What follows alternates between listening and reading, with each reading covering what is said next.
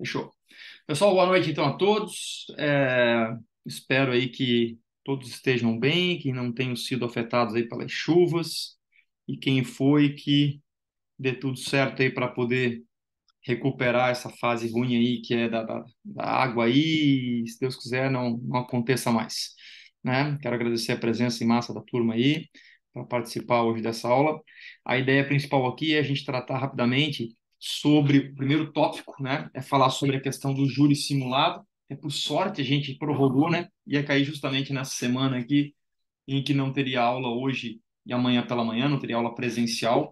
Então, no nosso próximo encontro, né, nós vamos estar realizando, obviamente, aí a figura do nosso júri simulado. Todos aqueles, né, que não tiverem a função de advogado, promotor e juiz, certo? Tem que imprimir aquela folha que eu mandei no grupo do WhatsApp para vocês, tá? Eu mandei um roteiro, né, já para a acusação, para a defesa e para os juízes ali e os servidores, né? Eu mandei um roteiro de como vai funcionar com a questão de tempo e assim por diante. Deem uma lida nesse roteiro para vocês poderem entender bem certinho ali, né? Principalmente o juiz, o promotor e o advogado, para que vocês possam entender a dinâmica do fato. Eu vou deixar bem solta a questão voltada para o juiz, ele que vai realmente conduzir a situação, e eu vou fazendo algumas observações durante a dinâmica do tribunal do júri em si.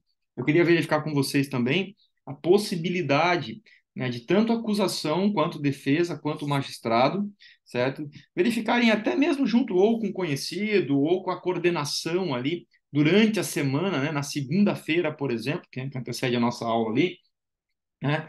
Ou até mesmo com a comissão de formatura de vocês, se não é possível conseguir uma beca emprestada, tá? Para que a gente possa realmente preencher. E aí eu vou pedir, né, para que o juiz venha de terno e gravata, para que o promotor venha de terno e gravata, ou de terninho, as mulheres, ou o advogado ou a advogada também, né, com as vestes talares, como diz o outro, né, para que a gente tenha realmente o máximo aí de proximidade do fato e principalmente, repito, em semestres anteriores as turmas, né, quando eu fiz o júri simulado, fizeram contato com a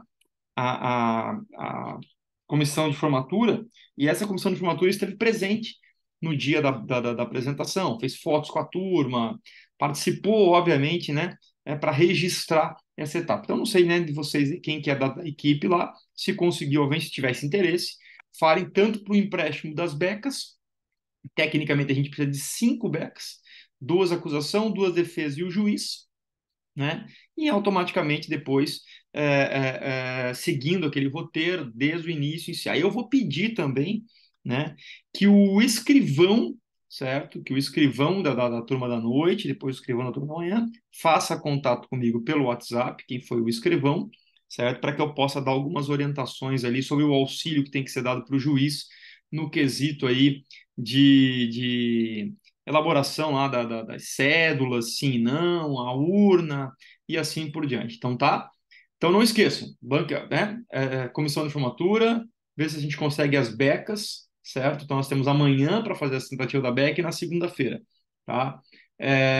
5 becas. Comissão de formatura para, de repente, registrar o evento para vocês, as becas e o contato com o escrivão no meu WhatsApp. Só me chamar o escrivão no WhatsApp para a gente poder alinhar certinho a dinâmica do fato em si, tá? E aí eu vou dar algumas orientações para a semana que vem a gente realizar o nosso júri simulado, tá? Para quem é jurado, para quem é oficial de justiça, para quem é policial militar, para quem é testemunha, para quem é réu, né? Imprime aquela folhinha, na verdade, de avaliação, lá, aquela folhinha de audiência, né? Para que a gente possa depois ajustar isso também no nossa próxima quarta-feira, nossa próxima terça-feira à noite, né, quando a gente realizar o júri lá na sala de aula. Tentem chegar no horário, espero que até lá já esteja tudo tranquilo também com essa questão de clima aí, e a gente consiga estar presente 100%, né, com vocês na semana que vem, tá?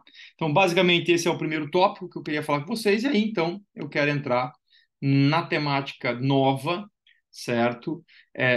Nós vamos tratar, né, de teoria geral dos recursos. O objetivo, na verdade, hoje é passar, obviamente, né, por aqueles vídeos que eu encaminhei no grupo do WhatsApp para vocês sobre algumas teorias gerais. Eu não vou aprofundar aqui, né, os recursos em espécie. Esses eu faço na semana seguinte à realização do júri, tá? Depois vou definir a questão da prova da M2 com vocês também, tá? Mas na semana seguinte, depois do júri, a gente vai alinhar a questão de prova, vai alinhar a questão do conteúdo em si, para fazermos aí, preenchermos o requisito, nosso rumo final aí, que é a figura da M3, com o tema, obviamente, né, dos recursos com vocês. E aqui, então, né, eu inicio a nossa temática tratando de teoria geral dos recursos, tá? Matéria essa, na verdade, que vai ser toda voltada para a M3. A M3 eu não vou trazer ritos processuais, mas vou trazer a parte realmente de teoria geral do recurso. E aí que a gente começa tratando aí de alguma parte conceitual e depois de algumas características específicas de cada um dos recursos em si. Olha só, recurso, né? Vem da palavra recurso, separa os dois. Retomar o curso. Essa é a lógica do termo recurso. Retomar o curso. Algo que saiu do ponto A e B, tecnicamente voltaria ao ponto A para ser reanalisado em si. Essa é a natureza básica do recurso. Ela é um meio processual, como eu coloquei como conceito ali, voluntário. Você entra, na verdade, se você quiser, ou obrigatório. Existem circunstâncias em que o recurso é obrigatório, nós vamos ver isso especificamente, tá? De impugnar uma decisão utilizado antes da preclusão. O que é isso, professor? Qual é a regra da preclusão aqui? Por que isso está acontecendo? Não confundam, tá? Preclusão com prescrição, com decadência e com perempção. Tá? São tudo nomenclaturas parecidas, mas são coisas diferentes. Prescrição é o Estado perdendo a oportunidade de processar alguém ou de punir alguém. Né? Decadência é o particular perdendo o prazo de provocar o Estado para que processe ou puna alguém. Perempção é o abandono da queixa-crime. E preclusão, que é o que nós estamos tratando aqui, é a perda de uma oportunidade dentro do processo. Tá? Então, o recurso nada mais é do que um meio voluntário, processual, voluntário ou obrigatório, dependendo dos casos, para se impugnar uma decisão antes que ocorra a preclusão. E essa impugnação, certo, antes que ocorra a preclusão, busca um resultado mais vantajoso naquela relação jurídico-processual.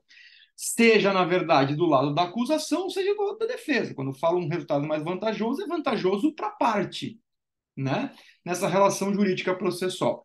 Decorrente de uma reforma, de uma invalidação, de um esclarecimento, de uma confirmação. Posso até complementar. Quando eu falo da reforma ali, a reforma pode ser para minorar, pode ser para majorar um efeito de um processo, certo? Então eu tenho várias possibilidades que eu posso, obviamente, mexer, né, nessas circunstâncias aqui, tá? E aí automaticamente acontece o quê? Essa minoração, essa reforma em si.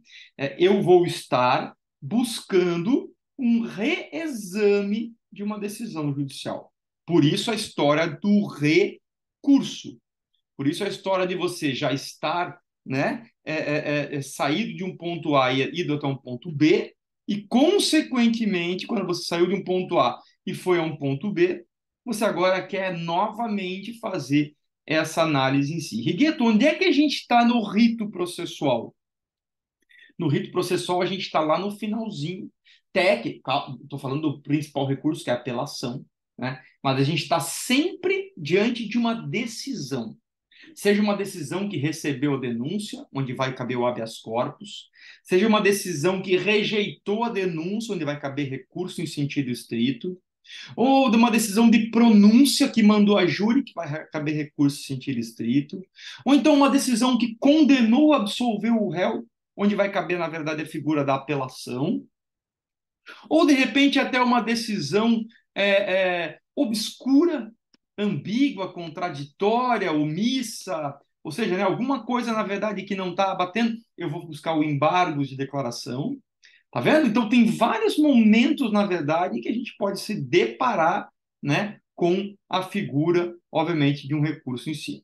Então, nada mais é do que um meio processual voluntário e obrigatório, ou voluntário ou obrigatório, de impugnar uma decisão antes da preclusão, buscando uma relação, um resultado mais vantajoso na mesma relação jurídica, decorrente de várias possibilidades, como reforma para pior ou para melhor, reformatio in pejus para pior ou reformatio in melius para melhor, invalidação de atos, esclarecimento de situações que ficaram obscuras ou até mesmo uma confirmação de uma decisão em segunda instância.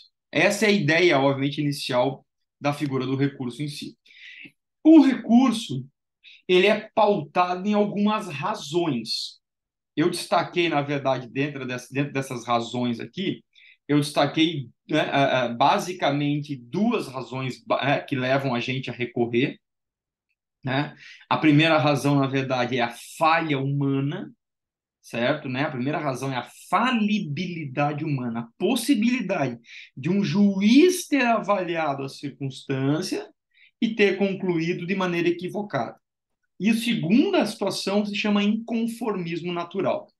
É aquele inconformismo que parte, obviamente, da própria situação, né, do réu, que diz, olha, eu não concordo, eu acho que né, não deve ser feito dessa maneira, eu quero recorrer, eu tenho interesse em recorrer, certo? E ponto. Essa é a linha opa, essa é a linha de raciocínio, obviamente, que vai se operar, né, diante de um recurso em si. Eu ter a possibilidade da falha do juiz e eu ter a possibilidade ainda, certo, desse inconformismo natural. Tá, Rigueto, mas e como é que ele se instrumentaliza esse recurso? Coloquei ele para vocês.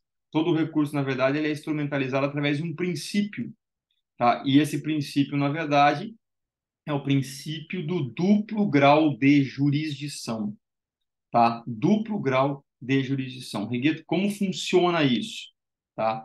Todo recurso vai funcionar dessa maneira, ele vai se basear nesse princípio. É a chance que nós temos de buscar sempre uma instância superior.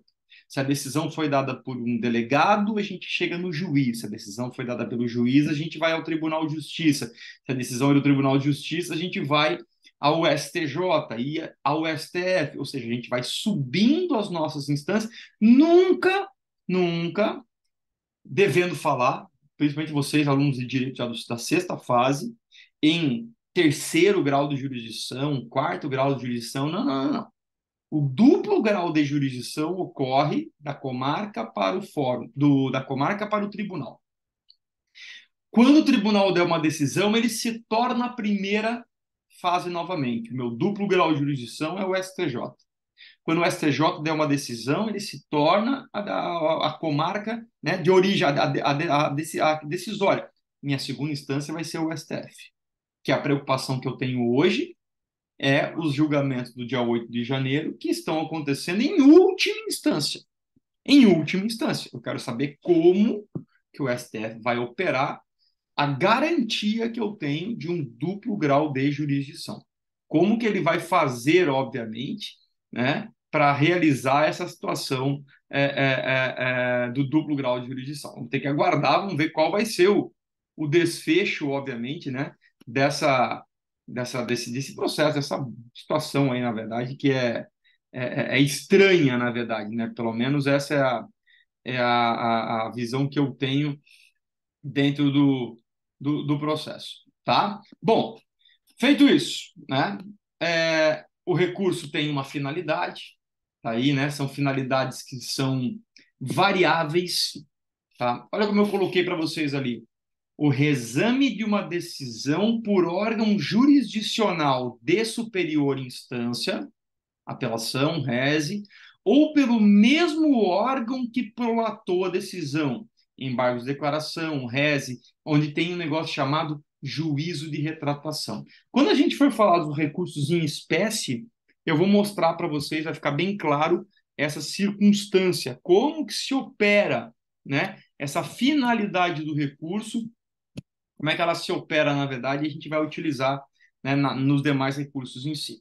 Pois bem, Todo recurso passa por uma série de classificações, a gente precisa entender essas classificações para chegar lá na frente, né, e conhecer os recursos em espécie, tá? Primeira classificação que a gente tem é quanto à fonte do recurso, tá? O recurso, na verdade, ele funciona assim. Ele pode ser constitucional, pode ser legal ou pode ser regimental. Vamos voltar à fita. Constitucional. Gueto, como é que funciona a figura do recurso constitucional? Qual é a lógica, na verdade, de um recurso de natureza constitucional? É aquele que está, obviamente, previsto na Constituição Federal, certo? Nós vamos encontrar lá o recurso especial, nós vamos colocar, na verdade, o recurso extraordinário, tá? Nós vamos ter uma série, na verdade, de situações ali que vai ficar. Deixa eu colocar aqui. Deixa eu colocar aqui. Tá? Ou seja, a ideia, obviamente, básica, tá, do recurso constitucional, né, dessa natureza constitucional, é justamente essa, certo? De você estar previsto na Constituição.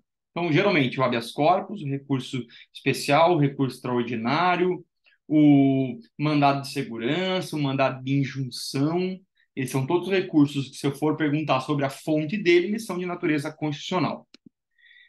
Recursos de naturezas legais, quanto à fonte legal, previsto no CPP ou em leis especiais. Nós vamos encontrar no Código de Processo Penal recursos como apelação, recurso em sentido estrito, embargos de declaração, embargos infringentes ou de nulidade, revisão criminal, carta testemunhável, né? Agravo em execução, lá na lei de execução penal.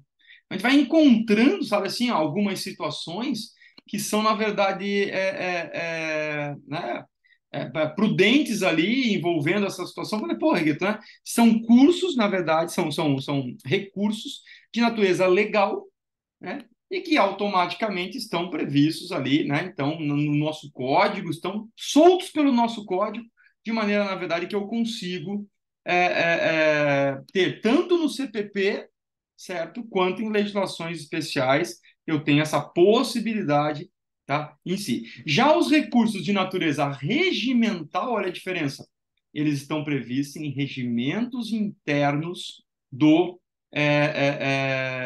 regimentos internos dos tribunais, tá? Gueto, como assim? Como que funciona isso, né? Esses regimentos internos dos tribunais?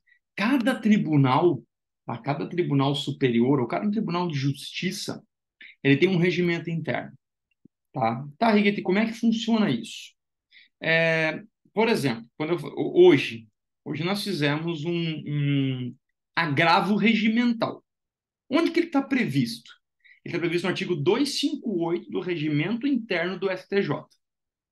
Ah, entendi. Por que que, na verdade, você fez isso? Porque, na verdade, cabia esse recurso em si, né, de uma decisão lá que denegou um outro recurso dentro de um processo, depois eu vou explicar onde é que ele aparece, tá? E, tecnicamente, ele não tinha previsão constitucional, ele não tinha previsão legal, ele estava previsto num regimento interno dos tribunais. Então, quanto à sua classificação relacionada à fonte constitucional, legal e regimental. Esse é o foco, obviamente, né, das fontes dos recursos no processo penal. Tá, Rigueiro? Quanto à sua iniciativa, como que ele funciona? Primeira situação, eles podem ser voluntários ou necessários, obrigatórios, de ofício ou anômalos. Já vou explicar isso aqui. Primeiro recurso, na verdade, ele é o recurso de natureza voluntária. A interposição do recurso fica a critério exclusivo da parte que se sente prejudicada. Tá? É a regra no processo penal. Se você quiser fazer uma anotação aí, para quem assistiu às aulas já, o recurso voluntário ele tem por base a existência da sucumbência. Mas não aquela sucumbência lá do processo civil, que é aquela multa aplicada, né, ao agente em si, que agiu, sei lá, que agiu de má fé, que aplicou, recorreu de uma maneira equivocada ou coisa nesse sentido. Não, não, não. Tá? A A questão, na verdade, do recurso voluntário aqui, dessa sucumbência, é aquela sucumbência no sentido amplo. Eu simplesmente me senti prejudicado. Eu me senti prejudicado. A partir do momento que você se sente prejudicado, tá? A partir do momento que você se sente prejudicado, você automaticamente pode se classificar como, né, um sucumbente. Tá, Rigueto, e aí?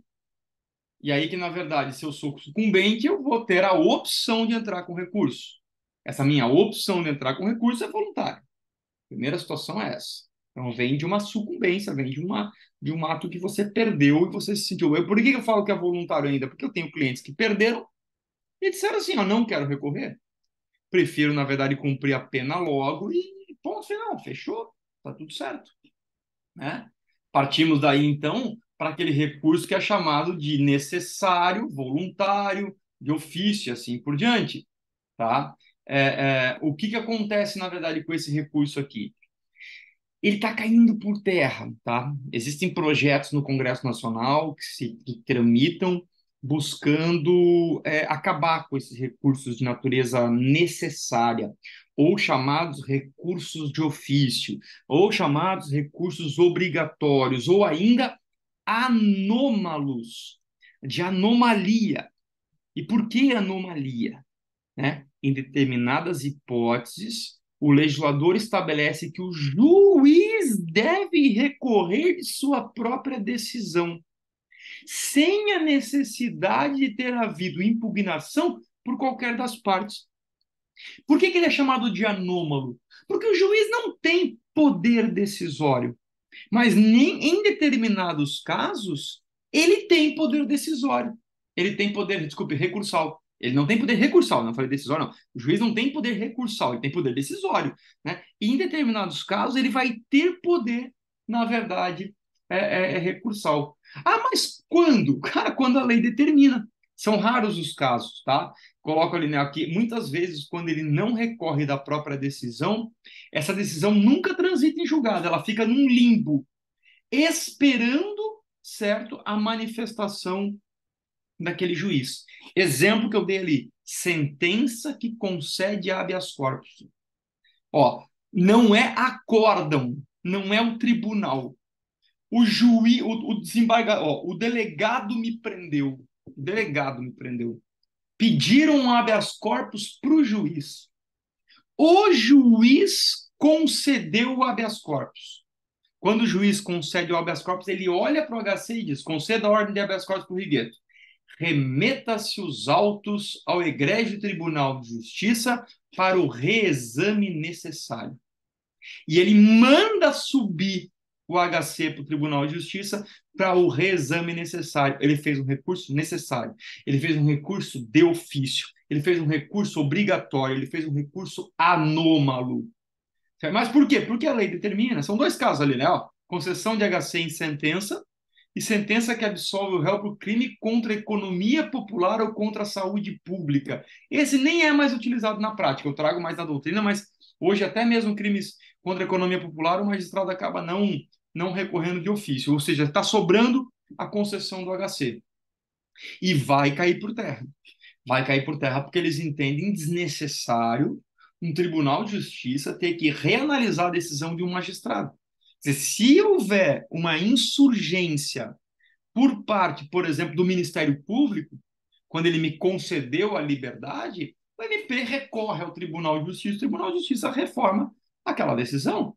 Agora, o juiz me concedeu a ordem de habeas corpus e o Ministério Público não recorreu, né? A maioria do projeto do Congresso Nacional que está tramitando lá para reformar isso está mostrando, mas aqui não há lógica em ter que haver recurso de ofício. Hoje ainda existe o recurso de ofício. Fechou? Então, ó, nós falamos aqui, né? Quanto à fonte, ele pode ser constitucional, legal ou regimental, ou seja, na Constituição, no CPP ou leis esparsas e no regimento interno, tá? E quanto à iniciativa, a gente tem a possibilidade, então, certo, de ser voluntário ou de ser necessário, de ofício, anômalo e assim por diante. Mas tem mais uma classificação ainda. Quanto aos motivos.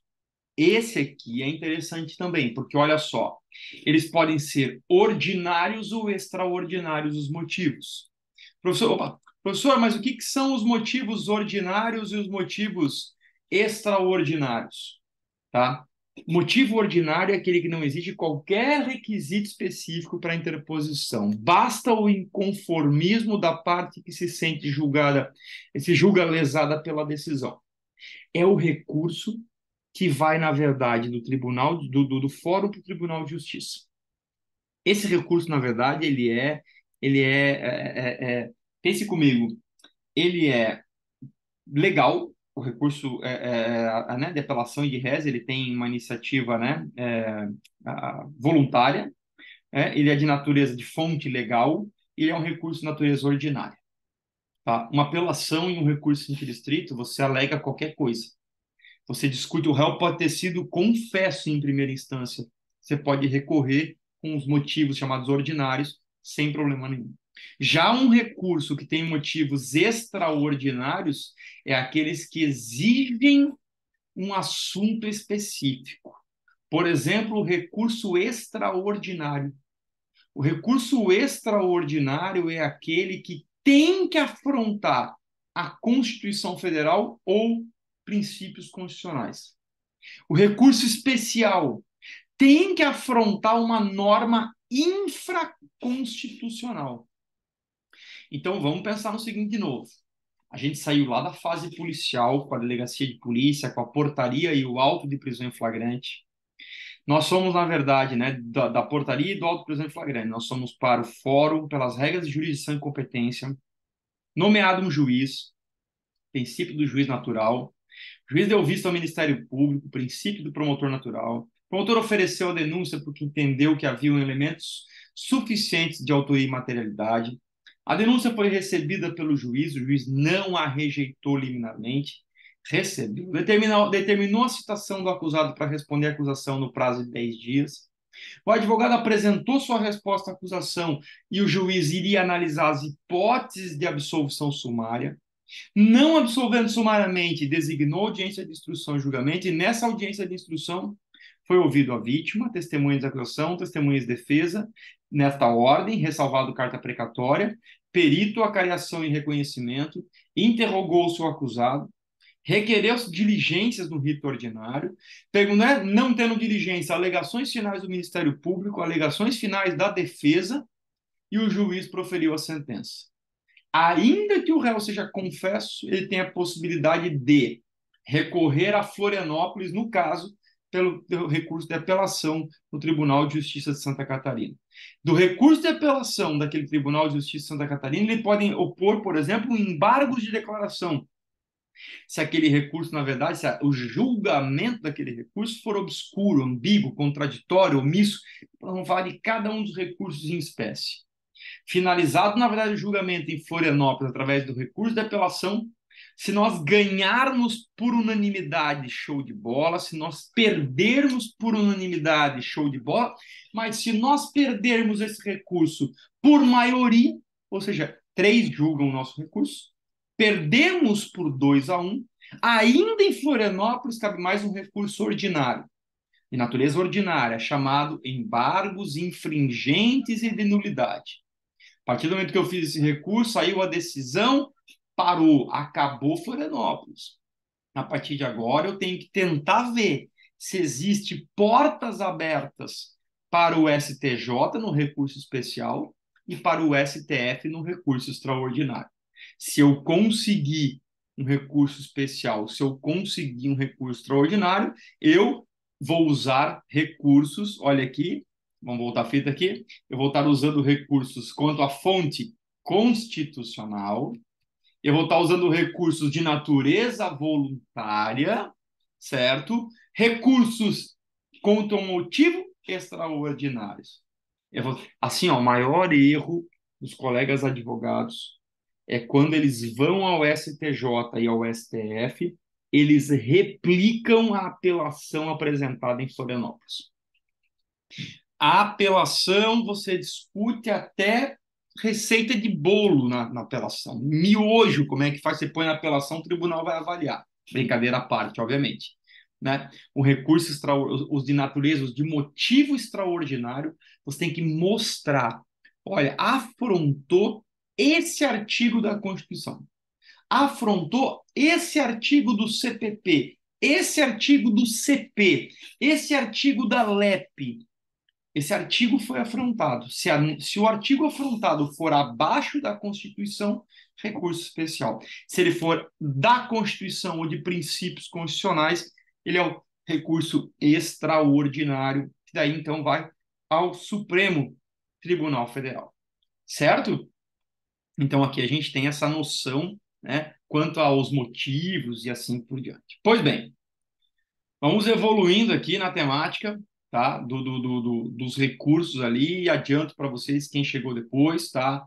Eu estou gravando a aula, depois eu vou converter a aula em PDF, em YouTube, tá? Mando o link para vocês no WhatsApp depois também para quem não conseguiu assistir, certo? Ali eu estou explicando sobre o Tribunal do Júri bem no início da nossa gravação, quarta-feira, terça-feira que vem, estou quarta na cabeça. Terça-feira que vem estaremos, na verdade, diante, né, realizando nosso júri em sala de aula. Todo mundo deve imprimir aquela ficha de avaliação, menos juízo, os promotores e os advogados, certo? Eles receberam cada um no seu grupo o roteiro do júri, tá? E aí, na semana que vem, a gente vai alinhar isso. Não esqueça, se você chegou depois, se você é da comissão de formatura e assim por diante, tentar verificar a comissão de formatura para fazer imagens, fotos e assim por diante, e até mesmo ver se consegue emprestar para nós 5 becas, 2 promotores, 2 advogados e o juiz para a realização do júri na maior formalidade. Vestimentas formais para acusação e defesa e para o magistrado para a próxima terça-feira à noite, se Deus quiser, dia 17 de outubro, né, no campus da Univale Balneário Camboriú. Fechou? Bom, resumindo a história, tá? Vamos voltar a fita aqui. Falamos sobre o conceito de recurso, voluntário, obrigatório ou obrigatório, antes da preclusão, razões, falha humana, inconformismo, né, da parte, busca-se o quê? Duplo grau de jurisdição, tem como finalidade reexaminar aquela decisão, seja por uma instância superior ou a própria instância, classificado quanto à fonte inconstitucional, legal e regimental, na Constituição, na lei ou nos regimentos internos. Quanto à iniciativa voluntária ou necessário, necessário também é chamado de obrigatório, também é chamado de ofício, também é chamado de anômalo. Não esqueça que esse recurso necessário tem caído em desuso, tá? Bem raro mesmo as hipóteses que a lei autoriza que determina isso. Quanto aos motivos, os recursos devem ser ordinários ou extraordinários. 99% dos nossos recursos são de natureza ordinária, 2 recursos de natureza extraordinária, que é o especial e o extraordinário, tá? Dali para frente, tá? Dali para frente, nós entramos, na verdade, nos pressupostos dos recursos. E, Gueto, o que são os pressupostos dos recursos? São, na verdade, aquela condição básica para a existência de um recurso. Tá? Eu preciso, na verdade, que esse recurso exista, e para que ele exista, eu preciso que ele preencha algumas formalidades. São justamente essas formalidades que, se eles não forem preenchidos, eu já falei isso numa outra oportunidade para vocês, se eles não forem preenchidos, esse recurso ele não é nem conhecido. Cara, é um negócio muito louco. Depois eu vou falar sobre essa terminologia também que a gente vai aprender aí durante esse tema, né, da M3, tá? Dentre os pressupostos, ou seja, requisitos básicos, nós temos, na verdade, os pressupostos objetivos e os pressupostos subjetivos. Gueto, o que são os pressupostos objetivos de um recurso?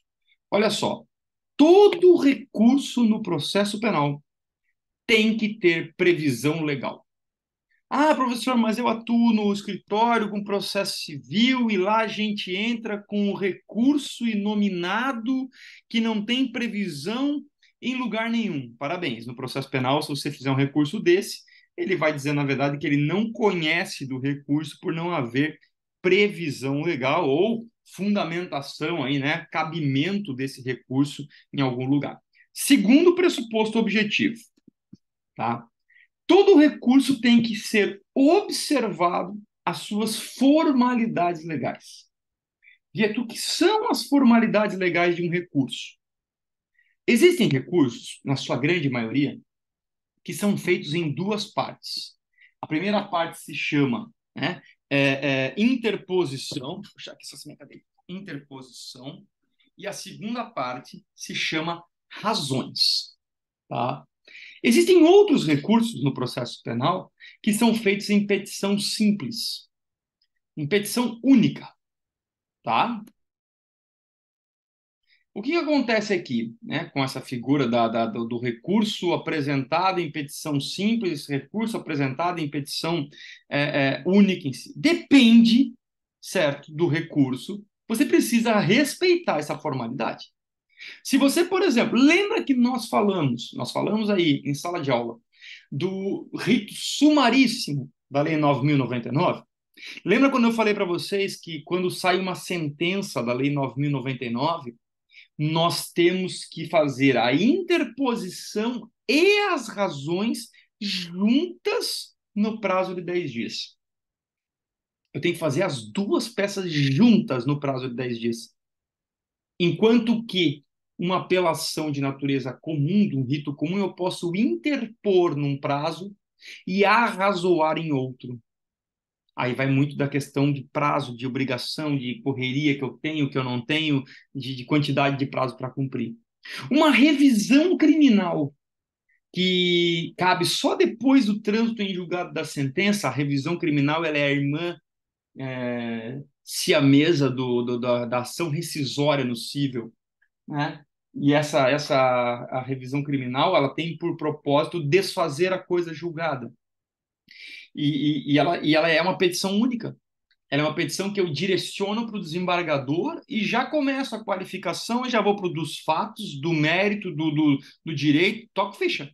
Eu não tenho, na verdade, uma divisão, né, de tarefas em si, né, de partes em si.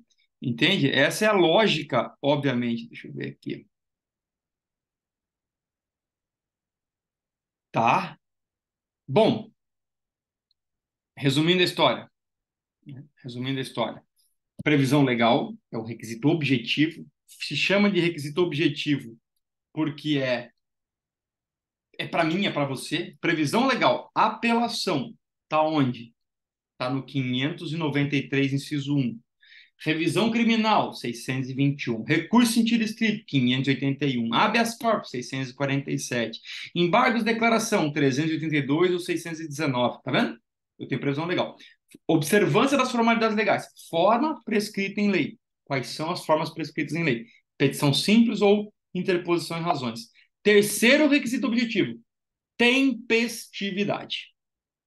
Todo recurso vai ter que cumprir seu prazo, com exceção do habeas corpus, porque o habeas corpus ele não é considerado uma peça de natureza recursal pura e simples. Dizem que o habeas corpus ele tem uma natureza mista. Ele seria um recurso travestido de ação constitucional. Então, ele não tem prazo. Eu entro com um recurso a partir do momento que eu tiver, com o habeas corpus, a partir do momento que eu tiver um constrangimento legal, a partir do momento que eu tiver alguma ilegalidade. Os demais, tudo tem prazo para cumprir. Apelação, 5 dias mais 8. Reze, 5 dias mais 2. Embargos infringentes, 10 dias. Embargos de declaração, 2 dias. Né? A revisão criminal ela não tem um prazo final, mas ela tem um prazo inicial. Ela tem que ter o trânsito em julgado. Se tiver o trânsito em julgado, a partir daquele momento eu tenho a possibilidade da revisão criminal. Então, todo recurso precisa ter os pressupostos objetivos. E eles também vão ter os pressupostos subjetivos. Olha o nome. É subjetivo por quê? Porque não é a mesma coisa para mim ou para você. Eu trouxe duas situações aqui. Primeira parte da legitimidade, né? Quem é legítimo para entrar com recurso? Às vezes eu serei legítimo, às vezes o meu filho é a vítima, então eu sou o representante, né? Então tem que haver legitimidade para recorrer. E tem que haver, não, meu vizinho não pode fazer por mim. E por último, na verdade, deve haver interesse do recorrente. O que é o interesse do recorrente? Sucumbência. Se você, na verdade, não tiver motivos para recorrer, você ganhou tudo que você queria, foi absolvido, o juiz absolveu com o inciso que você queria, está tudo. Não há motivo, não há interesse do recorrente. Consequentemente, você não preencheu o pressuposto subjetivo previsto, né, na doutrina recursal em si. Então, olha que interessante. Todas esses pressupostos, tá? Quem tiver uma caneta na mão aí, anote essa disposição, que eu vou explicar uma coisa para vocês. Toda vez que você tiver protocolado um recurso, você sempre vai entender, ou sempre vai estar diante de dois juízes. O juízo aquo, Q-U-O, juízo aquo, é o juiz sentenciante. E o juízo ad quem, para quem você vai encaminhar o recurso. Estes dois juízes farão de plano, de primeira, um juízo de admissibilidade. O que o juiz de Balneário que deu a sentença tem a ver com o meu recurso? Ele não vai ler o meu recurso que é endereçado ao Tribunal de Justiça. Ele vai fazer um juízo de admissibilidade para dizer o seguinte: recebo o recurso do Rigueto, remeta-se os autos ao Tribunal de Justiça. Quando ele disse recebo, é porque ele disse que, em outras palavras, ele falou: há previsão legal, o Rigueto observou as formalidades legais e está dentro do prazo. O Rigueto é parte legítima, ou o cliente do Rigueto é parte legítima, e há interesse do recorrente. Receba o recurso. Remete os autos ao Tribunal de Justiça. Quando esse recurso chega no Tribunal de Justiça, o Tribunal de Justiça faz um juízo de admissibilidade, ou também chamado no Tribunal de Justiça de juízo de prelibação. O que eles fazem? Eles passam um olho e verificam: tem previsão legal, forma prescrita em lei, tempestividade, a parte é legítima, há interesse de recorrer, conheço do recurso. Percebeu que eu mudei a nomenclatura?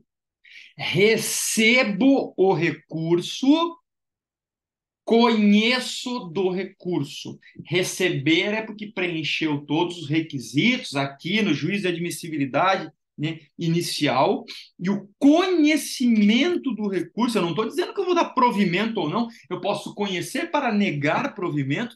Conhecer o recurso significa dizer: você preencheu todos os pressupostos, eu acolho o seu recurso e vou analisar o mérito dele. Floripa negou, interpus um recurso especial. Recurso especial eu interponho no juiz ACO, que agora é Floripa, e arrasou ao tribunal adquém, que é o STJ. O Tribunal de Justiça de Santa Catarina vai analisar os pressupostos objetivos e subjetivos. Se ele reconhecer, ele remete os autos para o STJ. O STJ avalia pressupostos objetivos e subjetivos. E lá no STJ eles decidem pelo conhecimento ou não. Captaram?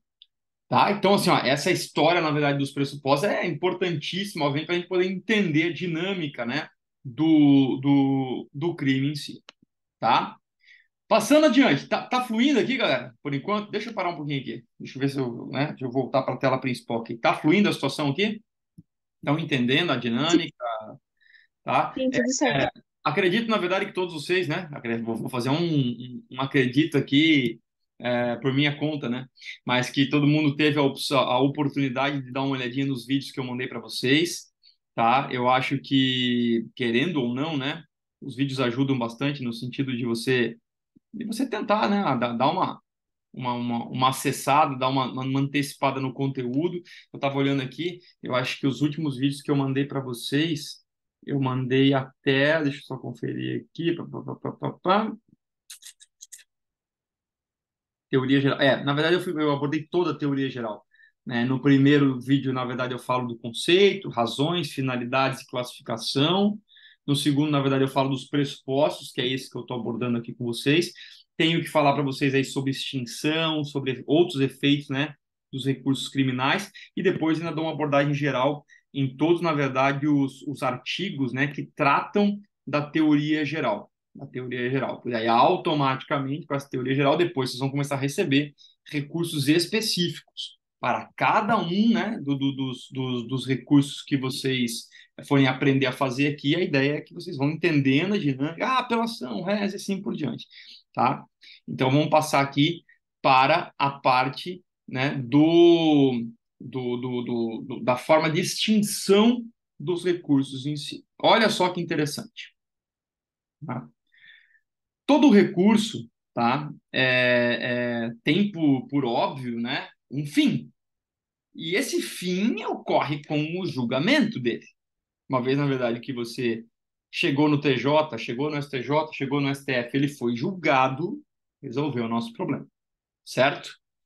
Ocorre, na verdade, que existem outras formas de extinguir um recurso. E eu destaco para vocês aqui, mais uma vez, então, ó, a forma normal dá-se com o julgamento do mérito pelo tribunal ad quem? Quando o tribunal recorrido, né, a quem eu estou recorrendo, analisa o mérito, julgou-se o meu recurso em si. Porém, ele pode ocorrer extinções de maneira anormal. E essas formas anormais de extinção do processo, eu destaquei lá o seguinte: primeiro, desistência de um recurso. Coloquei dois destaques ali, ó. O MP não pode desistir. Se o MP, olha só a minha concepção aqui, se saiu a sentença e o MP não quiser recorrer, joinha para ele. Ele não quer recorrer. Agora, se saiu a sentença e ele interpôs o recurso, ou arrazoou o recurso, e assim por diante, e depois ele pensa, puxa, na verdade eu acho que não devia ter feito, não tem mais saída. Tá? Ele vai até o final. A defesa pode desistir de um recurso. Vou dar um exemplo prático. Eu tinha um cliente, tá, que foi condenado, na verdade não era advogado dele, ele foi condenado por crimes patrimoniais, era uma apropriação indébita, eram estelionatos, coisas nesse sentido. Gerou a condenação substituiu a pena dele por prestação de serviço à comunidade e também por prestação pecuniária, pagar uma multa. E o advogado não avisou ele que tinha que pagar a multa.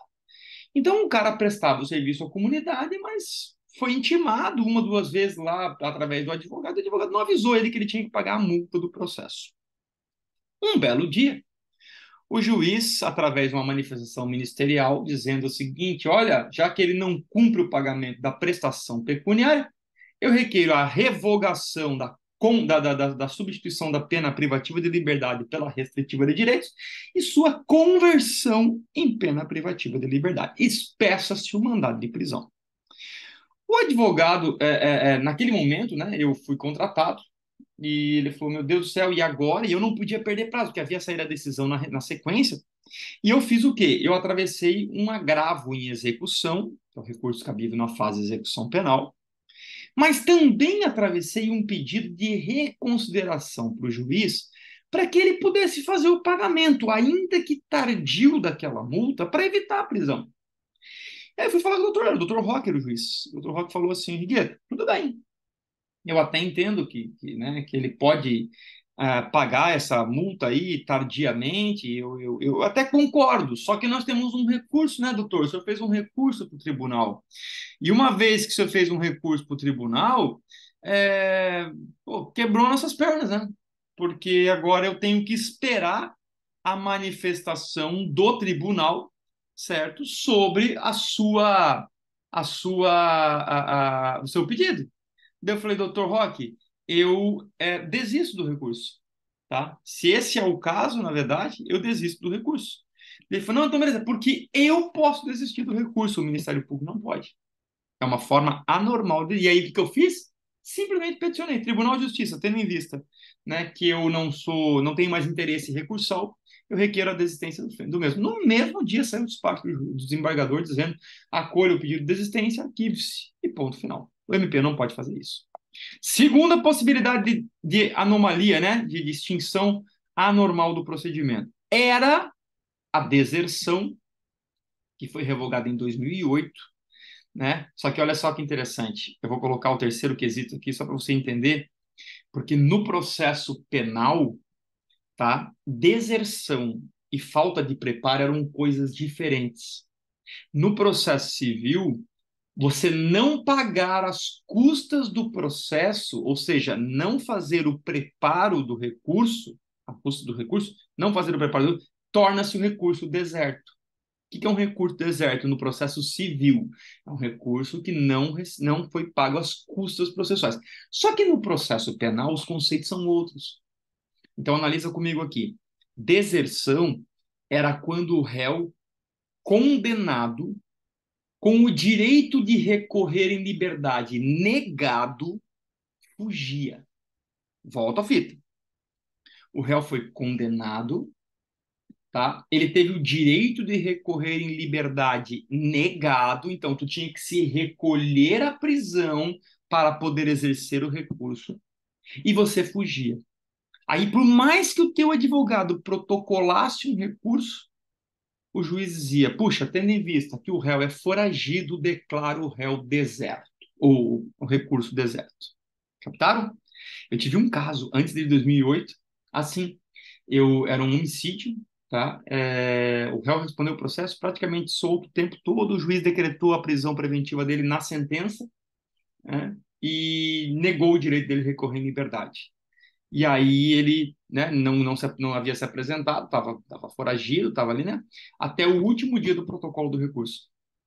Eu protocolei o recurso no fórum e apresentei ele no presídio, certo? Passou 15 dias preso, mudou a lei, dizendo que eu não podia mais vincular o direito de recorrer à obrigação de ser preso. Claro, se um juiz nega o direito de recorrer em liberdade hoje, preso ou foragido, teu recurso é conhecido. Tá? Mas hoje eu não posso dizer assim, ó, João, se apresente, senão eu não vou analisar teu recurso. Mentira. Você pode permanecer foragido e o recurso vai ser julgado. Então, a deserção caiu por terra em 2008. E a falta de preparo, alguns alunos me perguntam assim, professor, mas no processo penal não tem custas?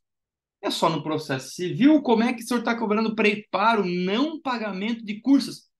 Ação penal privada.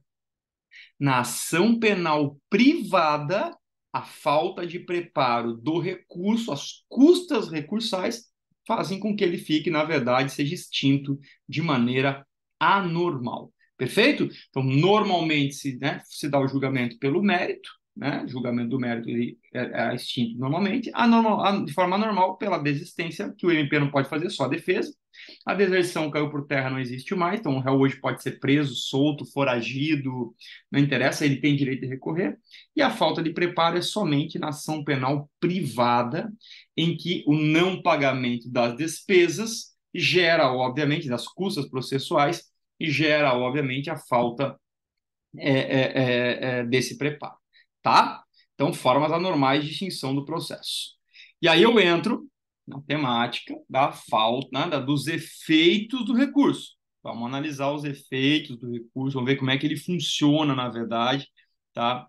Cada um dos efeitos do recurso, por quê? Eu mandei esse material para vocês, inclusive para vocês pudessem acompanhar e ter uma noção geral aí da temática, né? Mas para a gente ter uma ideia, né, desses efeitos dos recursos, porque ele tem praticamente quatro efeitos, tá? Eu vou explicar cada um deles, depois vou falar para vocês um pouquinho sobre a reformatio in pejus e a reformatio in melius, e aí a gente dá uma pincelada em todos os artigos, lá do 574 ao 580, né, e fecha a nossa noite aí, né, com a teoria geral dos recursos, que depois a gente vai entrar nos recursos em espécie em si. Olha só os efeitos dos recursos. Primeiro efeito. Primeiro efeito se chama devolutivo. Devolutivo, porque devolve a matéria para análise. Reabre a possibilidade de análise da questão combatida no recurso. E o que eu quero que vocês fiquem atentos aqui é de que, quando eu falo efeito devolutivo, não estou falando que volta para o mesmo juiz. Esse voltar para o mesmo juiz é o terceiro aqui, ó. É o efeito regressivo. Faz com que o juiz prolator da decisão tenha que reapreciar essa matéria. Então, cuidado. Todo recurso tem efeito devolutivo. Todos eles retomam o curso. todos eles têm efeito devolutivo. Todos eles voltam, certo, a serem analisados. Porém, não são todos que têm efeito regressivo. Pulei para o terceiro ali, ó.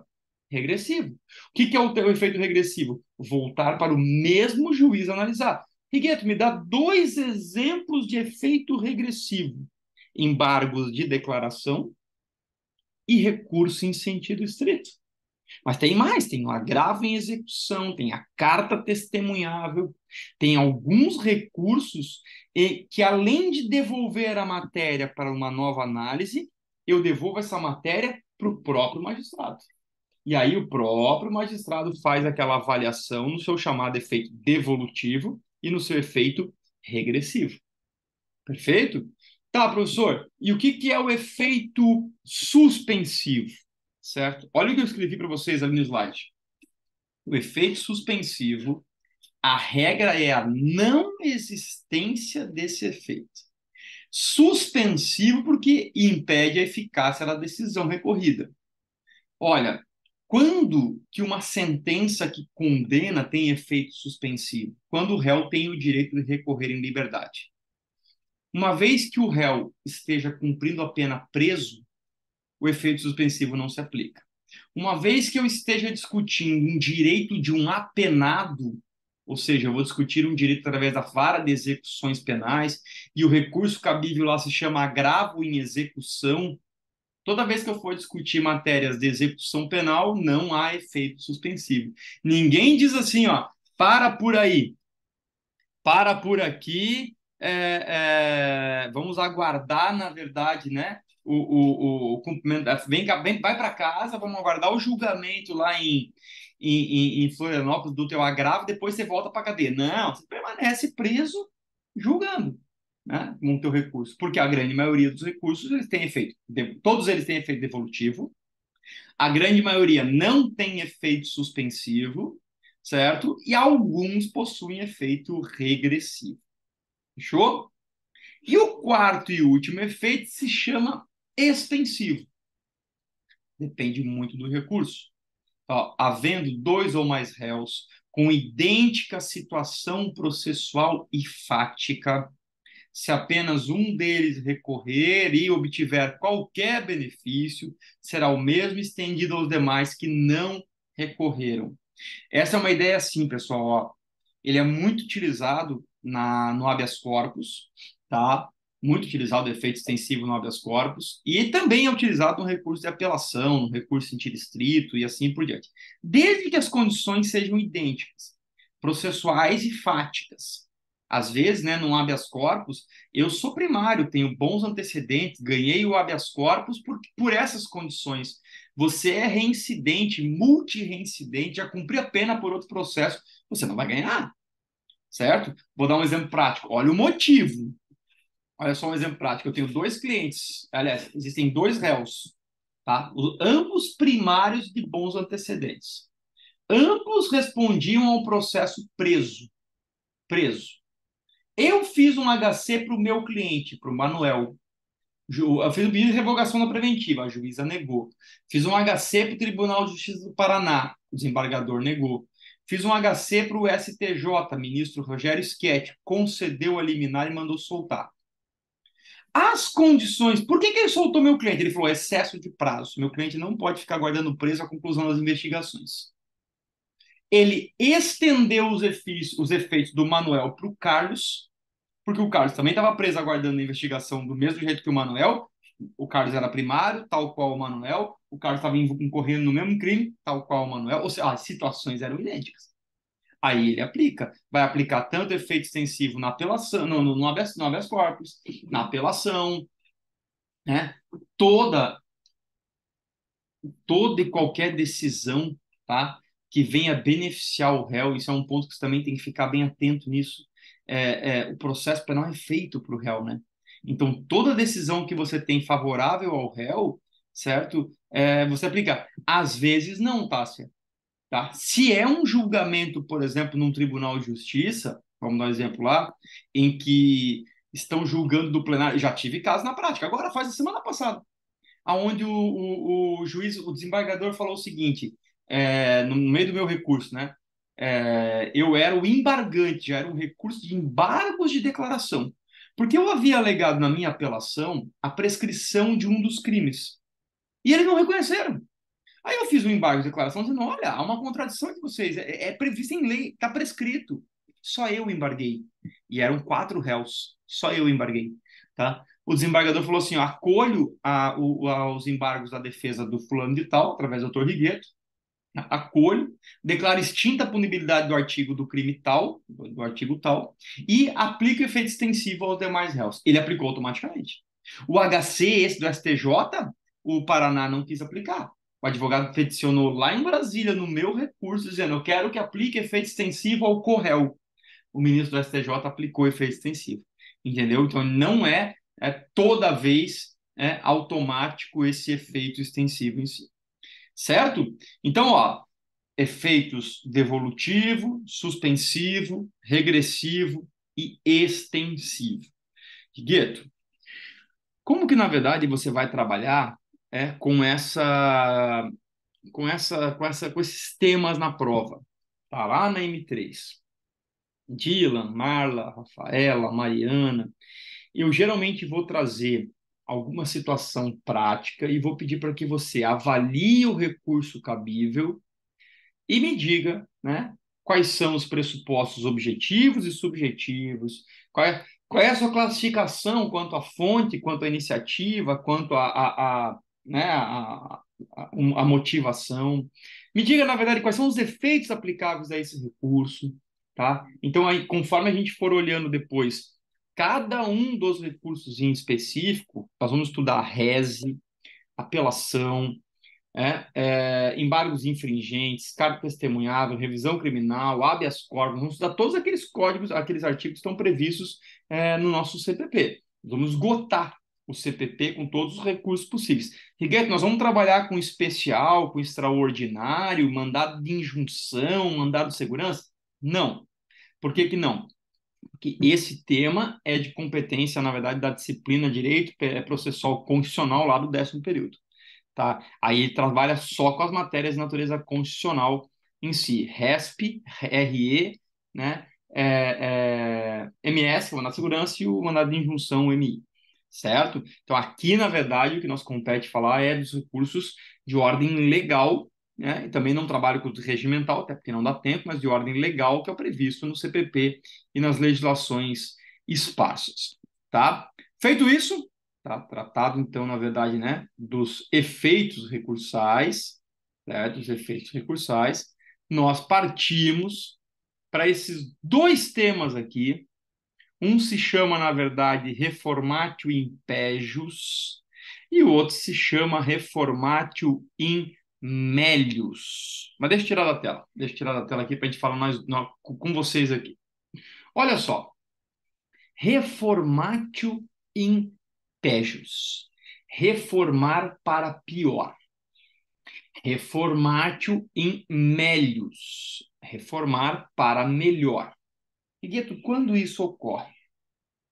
Perceba o seguinte comigo. Toda vez que o Ministério Público recorrer... Aliás, deixa eu fazer o seguinte. Deixa eu ver se eu consigo abrir uma tela aqui. Deixa eu ver se eu abrir um quadro branco.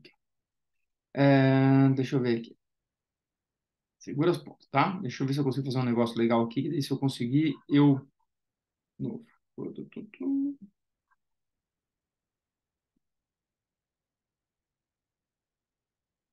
Tá aparecendo para vocês o quadro branco?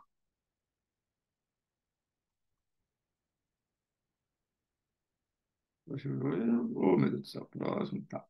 Concluído. Então, beleza. Fechou. Olha só o que eu vou fazer aqui. Eu vou fazendo no quadro branco, porque eu acho que é legal essa parte do quadro branco aqui para vocês poderem entender a dinâmica da situação. Tá?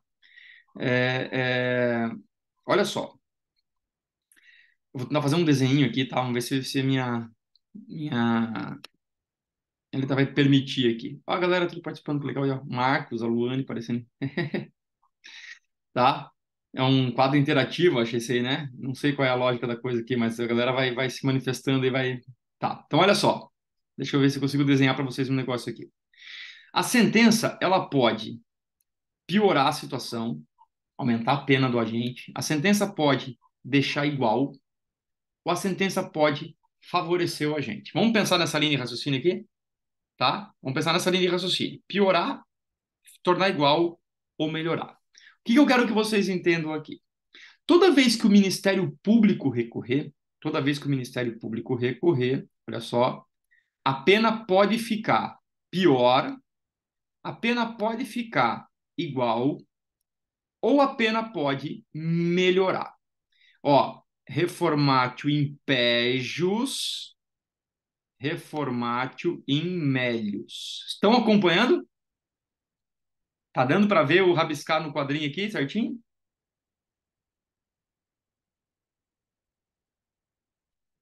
Sim? Então fechou. Obrigado. Toda vez que a defesa recorrer, olha só, o advogado recorrer, ou a pena vai ficar igual, ou a pena vai melhorar. Então perceba o seguinte, ó. Vamos pensar agora no seguinte aqui, vamos pensar no seguinte aqui, tá? É, é, se somente o advogado, tá? Se somente o advogado recorre, se só o advogado recorre, certo? O que vai acontecer no final das contas? Tá? Reformatio in melius, olha só, reformatio in melius, vai melhorar, ou a pena vai ficar igual, certo? Ou a pena vai ficar igual. Toda vez, na verdade, que o Ministério Público recorre, ele pode ter todas as possibilidades. Mas por que, Rigueto, que a defesa só pode fazer só a reformatio in melius e o Ministério Público reformar? E outra, perceba o seguinte, tá? Perceba que, na verdade, se for só a defesa recorrendo, essas são as hipóteses que eu tenho. Se for só o Ministério Público recorrendo, essas são as hipóteses que eu tenho. Agora, na verdade, quando todo mundo recorre, essas são as hipóteses que eu tenho. Vou te dar um exemplo, né? A decisão do júri de quinta passada, certo? O réu quer recorrer. O réu quer recorrer e me perguntou, doutor, e o Ministério Público recorreu? Não, a princípio não. Ai, graças a Deus, porque se ele não recorreu, ou a minha sentença fica igual, ou a minha sentença melhora. Exatamente. Não haverá possibilidade de prejudicar. Agora, se o MP recorre, ele, como fiscal da lei, pode favorecer o réu, certo? Ou até mesmo como órgão acusador, pode buscar um resultado mais gravoso.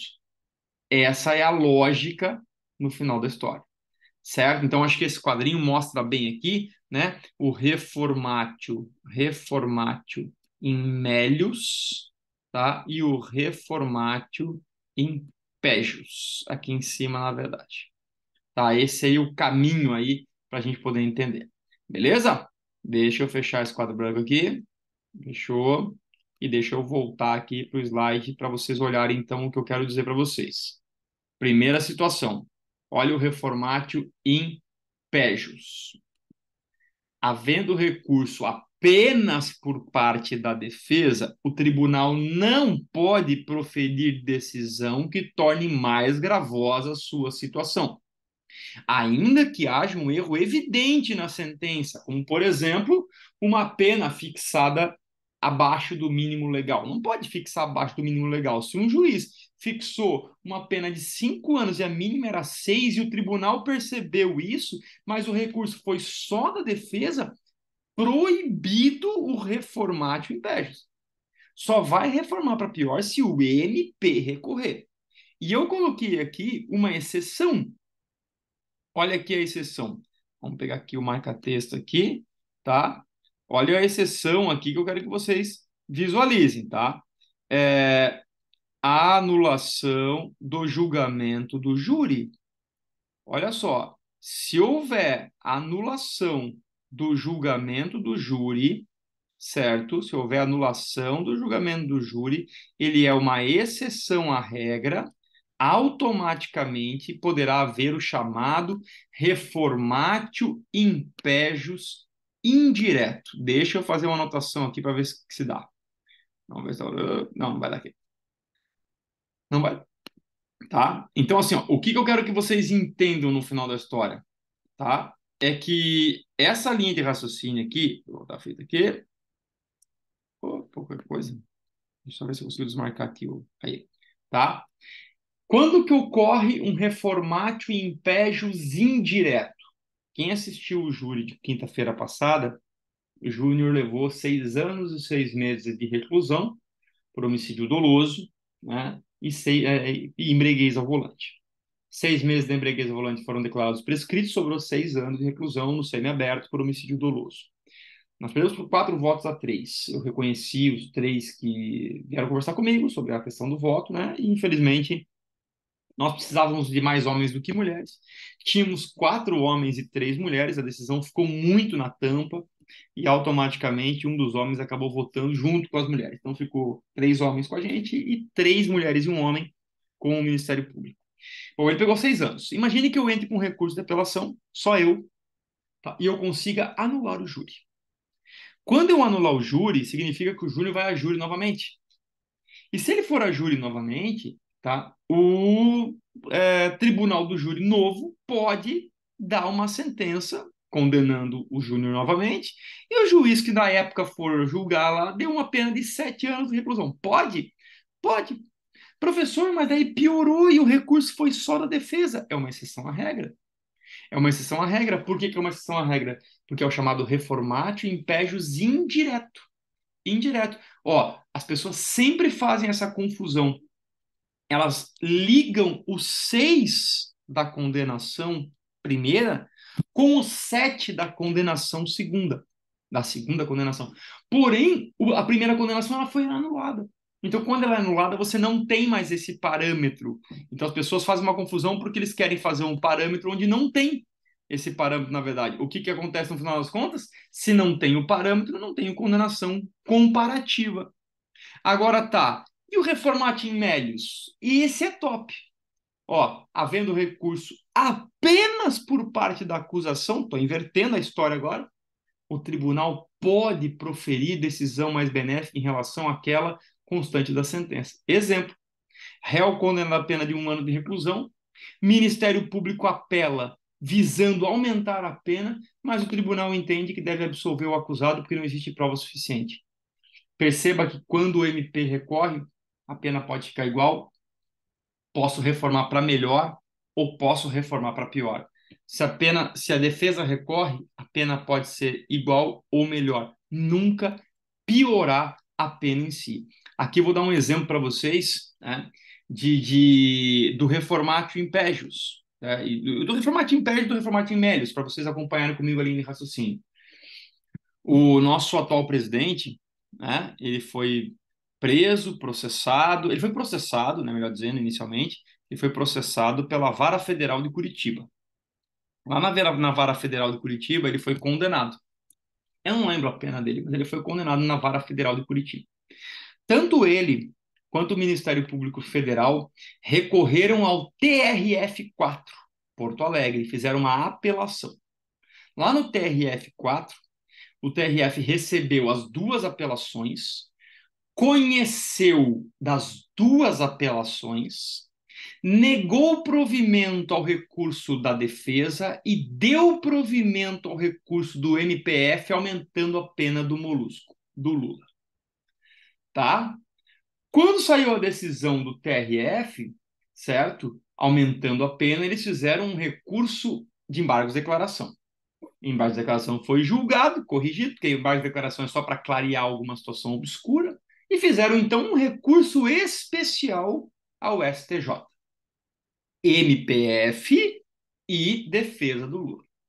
Lá no STJ, os 2 recursos foram conhecidos, porém negaram provimento ao recurso do MPF e deram provimento ao recurso da defesa, abaixando a pena do Lula.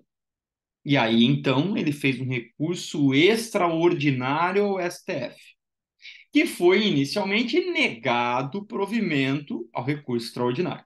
Aí ele fez um embargos de declaração, e nos embargos de declaração, o ministro Edson Fachin reconheceu a incompetência do juízo, levou para a mesa e por maioria foi declarado incompetente o juízo de Curitiba, deveria ser em Brasília, segundo a visão dele, então, né, aí teria que ratificar ou retificar os termos dos recursos das decisões, e na sequência alegaram a suspeição da prova do Sérgio Moro, da instrução do Sérgio Moro, né, por aquelas conversas que vazaram do Intercept, né, que foi feito entre ele e o Dallagnol, e, consequentemente, uma prova, um juiz suspeito, as provas produzidas por esse se tornam ilícitas e, consequentemente, usaram a teoria do fruto da árvore envenenada e anulou todas as provas decorrentes em si. Então, ó, houve reformatio in pejus, porque o MPF recorreu, houve reformatio in melius, porque a defesa recorreu, certo? E no final houve uma decisão anulando o reformatio in melius pelos embargos de declaração feitos lá pelo eminente ministro Edson Fachin. Certo? Pessoal, olha só, na linha seguinte aqui, para a gente fechar, porque tudo aquilo que eu já falei para vocês, né, e vai fechar esses três vídeos que eu mandei para vocês, estão ligados a esses artigos aqui. Na sequência, eu vou mandar vídeos para vocês que tratam, na verdade, dos recursos em espécie, tá? Matéria essa nós vamos tratar depois da prova da M2. Então, primeiro júri, depois a gente ajusta certinho e daí vamos tocando ficha na sequência para a M3. Aqui eu preciso apenas tratar, né, do artigo 574 até o 580. Tá? São 6 artigos que a gente vai abordar aqui e a gente fecha a nossa noite, por isso que eu não vou nem dar intervalo, tá? Vou tocar direto. E aí é o conteúdo, obviamente, dos recursos em espécie a gente vai abordando na nossa próxima aula, tá? Então, olha só, primeira situação, artigo 574, coisas que a gente já falou, né, e vai só apenas destacando aqui para vocês. Primeiro, os recursos são voluntários. Os recursos são voluntários, excetuante os seguintes casos em que deverão ser interpostos de ofício pelo juiz. Primeira possibilidade deve ser imposta pelo juiz, sentença que conceder habeas corpus. Segundo, dá que absolver desde logo o réu com fundamento da existência de circunstâncias que excluam o crime ou isente o réu de pena no artigo 411. Revogado isso aqui, tá? Pode esquecer o inciso 2 aqui, não tem lógica nenhuma esse inciso 2 aqui, tá fora, não existe mais esse inciso 2. Então, sentença que considera a ordem de habeas corpus. Tá? Primeira situação. 575. Não serão prejudicados os recursos que, por erro, falta ou omissão dos funcionários, não tiverem seguimento ou não forem apresentados dentro do prazo. Claro que isso aqui é, meu Deus, o Código de 1941 está tratando de um artigo, na verdade, quando o recurso era entregue fisicamente e que o funcionário esquecia dentro embaixo do balcão lá e não levava para o juiz. O 575 simplesmente diz que se você atua numa comarca que é arcaica ainda, que é física, que não é processo digital, o que vale é a data do protocolo. Protocolou dentro do prazo, se vai levar 80 dias para chegar na mesa do juiz ou não, aí é outros 500. Né? É isso que está dizendo o 575. 576. O Ministério Público não poderá desistir de recurso que haja interposto. A defesa pode, através de petição, informa que não quer mais recorrer e automaticamente, né, desiste do seu recurso. 577. O recurso poderá ser interposto pelo Ministério Público ou pelo querelante na ação penal privada ou pelo réu, depois eu vou explicar como é que faz isso, seu procurador ou seu defensor. Quando eu faço um recurso, olha só, não se admitirá, entretanto, recurso da parte que não tiver interesse na reforma ou modificação da decisão. Sucumbência. Um dos pressupostos. 577, legitimidade. Outro pressuposto subjetivo. Quando está escrito ali que ele pode ser interposto pelo réu, faz uma flechinha na tua anotação e escreve assim: interposição a termo. Existem duas formas de você interpor um recurso, de dizer que quer recorrer. A chamada interposição a termo é onde o réu escreve no mandado de intimação: quero recorrer da sentença. Aquilo ali serve como uma interposição do recurso. Tá? E a interposição por petição é aquela que o advogado coloca: excelentíssimo senhor doutor juiz de direito, da vara criminal da comarca tal, fulano de tal, qualificado, vem respeitosamente interpor recurso de apelação. Captou? Então, existem as duas possibilidades de nós interpormos o recurso em si. 578. Olha lá. O recurso será interposto por petição, eu, ou por termo, o réu, assinado pelo recorrente ou seu representante legal, se fosse um caso menor aí, né, representado pela sua mãe, seu pai e assim por diante. Tá? Então, requisitos básicos de interposição. Parágrafo 1º. Não sabendo ou não podendo o réu assinar o nome, o termo será assinado por alguém a seu rogo na presença de duas testemunhas. Se você não sabe, esse é o papel do oficial de justiça, inclusive, né, quando vai entregar para você um mandado de citação ou de intimação. Esse mandado ele tem requisitos intrínsecos escritos nele. E existem requisitos extrínsecos que o oficial de justiça tem que pôr para fora. Seu José, o senhor foi condenado aqui a 5 anos de reclusão no semiaberto. O senhor tem o direito de recorrer através de um advogado. Se o senhor não tiver advogado, o Estado vai ter que nomear um para o senhor. O senhor quer recorrer da decisão? Ah, sim, eu quero recorrer. Então escreva no papel. Puxa, mas eu não sei. Certifico, compareci no local indicado, procedi à intimação de seu José, o qual, diante do analfabetismo, de não saber ler, escrever, ler seu nome, disse ter interesse em recorrer. Acabou, ele está fazendo, na verdade, né? As testemunhas vão assinar junto e ponto final. Eu já vi casos na prática do juiz, por exemplo, certificar, não permitir que a pessoa fizesse aquele esquema com a digital, porque achou muito constrangedor para uma senhora lá ter que botar o dedão no carimbo, botar digital. Ele falou: não, não, eu sou o juiz, ou eu sou oficial de justiça, eu vou cumprir essa ordem aqui pela minha fé pública e não vou, na verdade, permitir, né, esse tipo de constrangimento. Fechou? Tá? Então, 578, parágrafo 1º, traz isso. Parágrafo 2º.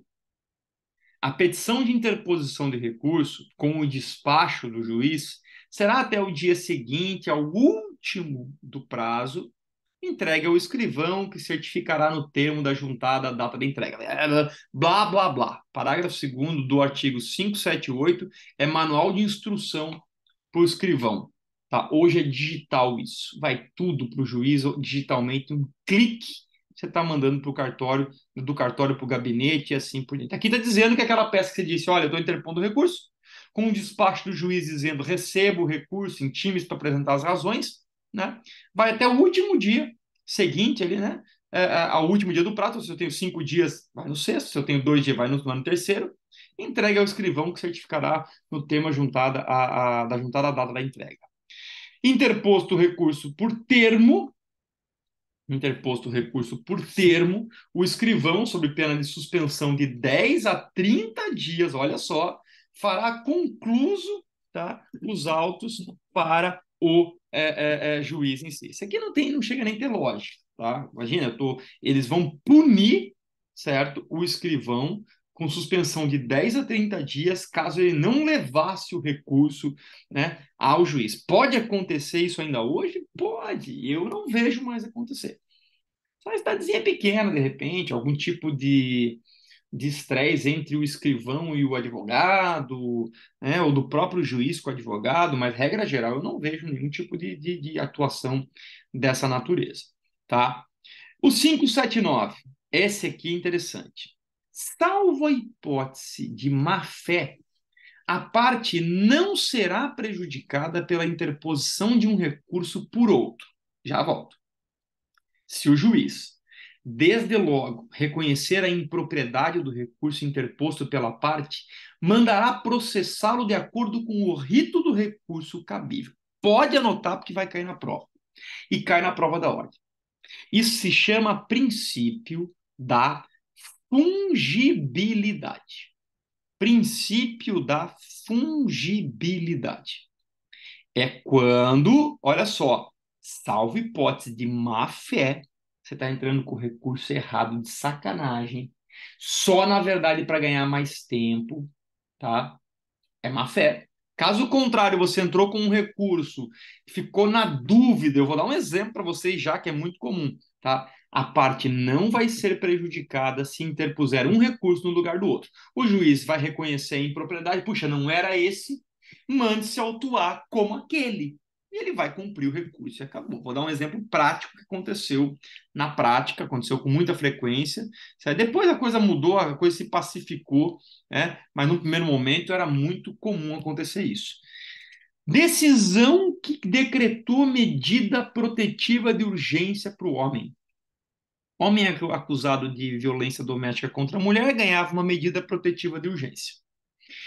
Diz o artigo 581, que é o artigo que fala do recurso em sentido estrito, que caberá recurso em sentido estrito de decisões interlocutórias. E uma medida protetiva é uma decisão interlocutória, porque eu não sou culpado nem inocente, eu só estou proibido de me aproximar da minha mulher. Perfeito? Só que qual que é o problema do recurso em sentido estrito? É que ele tem um rol previsto nos incisos do 581 chamado de rol taxativo. Então, consequentemente, eu leio o 581 inteiro e verifico que não cabe recurso em sentido estrito, porque não tem previsão legal. Então, eu uso a apelação do artigo 593, inciso 2, que diz que caberá apelação das decisões interlocutórias não abrangidas pelo recurso em sentido estrito. Ocorre que no início, hoje está pacífico, tá? Que é a apelação. Mas no início, alguns desembargadores, alguns até juízes dizem, não, não, não, eu entendo que é rese. O outro, não, mas eu entendo que é apelação. É, mas é uma decisão interlocutória, então é rese. É, mas o rese é taxativo, então acho que cabe apelação do 5932, que aborda as interlocutórias não abrangidas pelo rese. Era uma confusão geral. Eu fiz algumas vezes em que o juiz disse assim, ó, recebo a apelação, eu entendo que é apelação. Ele dizia assim, recebo a apelação como se recurso em sentido fosse, e autue-se como rese. E eu autuava como rese. Hoje já está bem sedimentado assim que a figura é da apelação. Então, o 579 fala do princípio da fungibilidade, e o objetivo da fungibilidade é, consequentemente, né, receber o recurso errado no lugar do recurso certo, como se certo fosse, desde que não tenha má fé. Tá? E o último artigo da nossa noite é o 580, que fala do efeito extensivo. Diz o quê? No caso de concurso de agentes, ou seja, duas ou mais pessoas que pratiquem aquele mesmo crime, a decisão do recurso interposto por um dos réus ser fundada em motivos que não sejam de caráter exclusivamente pessoal, aproveitará aos outros. Então, olha que interessante isso aqui, né? Se for um motivo de caráter exclusivamente pessoal, primariedade, reincidência, a vítima é minha filha, a vítima não é tua filha, eu sou o servidor público, tu não é. Ou seja, caráter exclusivamente pessoal estende seu efeito. No caso do Manuel e do Carlos, do Paraná, não havia nada de ordem pessoal, porque de ordem pessoal era idêntica, primário de bons antecedentes. E vou mais além, inclusive, com o primário de bons antecedentes. Que independente de serem primários de bons, o juiz não deu o HC, o ministro, né, não deu o HC por serem primários de bons antecedentes, deu por excesso de prazo. E aí deu por excesso de prazo para um e estendeu o excesso de prazo para o outro. Perfeito? Então, olha só, deixa eu fechar aqui. Aqui, na verdade, né, nós temos a narrativa, né, de toda a situação voltada, certo, para o, o os recursos, tá? Cadê minha tela aqui? Peraí que minha tela sumiu. Aqui, pronto. Né? Então, toda a narrativa dos recursos em si, nós temos toda a possibilidade, né, vinculada a essa teoria geral dos recursos, tá? Eu vou disparar para vocês vídeos ligados, na verdade, aos recursos em espécie. Então, eu vou mandar lá, por exemplo, recurso em sentido estrito. Eu quero mandar o slide, eu quero mandar os vídeos e eu quero mandar um modelo de rese para que você possa já acompanhar, já ouvir, aproveitar o feriadão, assistir os vídeos. Quem for do júri, se preparar para o júri, né? Para na próxima terça-feira a gente, obviamente, entrar especificamente nos júris, né? No júri, realizar o júri ali das 7 até as 10 e pouquinho, né? E finalizar esse procedimento. Assim. Quem que é, deixa eu fechar a fita com vocês aqui, quem que é a responsável aí pela comissão de formatura? Está aqui na sala? Só para eu saber se tem alguém responsável aí pela comissão de formatura, se já tem a comissão de formatura formada para vocês. e assim por diante. Tem, Rafaela? Fechou. Ah, então maravilha. Show de bola. A Bruna já deu agilizada aí. Show de bola, show de bola. Então tá. Minha preocupação também aqui, né, é em relação às becas, tá? Então, quem tiver. Amanhã a aula tá remota novamente, né, por determinação da universidade, mas na segunda-feira voltamos ao normal. Então, quem pudesse não conseguirem as becas até segunda, certo? Com a comissão de formatura, se puderem dar uma faladinha na coordenação ali com a Sandra, com a Flavinha, com o próprio professor Pilau, se ele conseguiria, porque eles têm aquelas becas usadas para formatura, e a gente pega, na verdade, 5 becas dessa, 2 advogados, 2 promotores e o juiz, para realizar esse procedimento em si. Tá? Galera, em relação à teoria geral, tudo tranquilo? Deu para entender? Deu para compreender essa parte introdutória aí do assunto? Tá? Se sim, né, eu peço para que vocês assistam o vídeo, certo? Para que vocês assistam o vídeo, tomem nota dos efeitos e assim por diante. Assim, na verdade, que a gente finalizar aqui, eu vou salvar. Isso é para M3, isso mesmo, vai para M3. A M3 é só recursos, tá? Começa hoje e vai, na verdade, só com o tema recursos lá para M3. Aí eu quero disponibilizar para vocês o vídeo, depois o linkzinho no YouTube, né? Aí quem quiser repassar e assistir aquele vídeo ali e assim por diante, vai acompanhando o conteúdo em si. Fechou? Eu vou interromper a nossa gravação aqui então.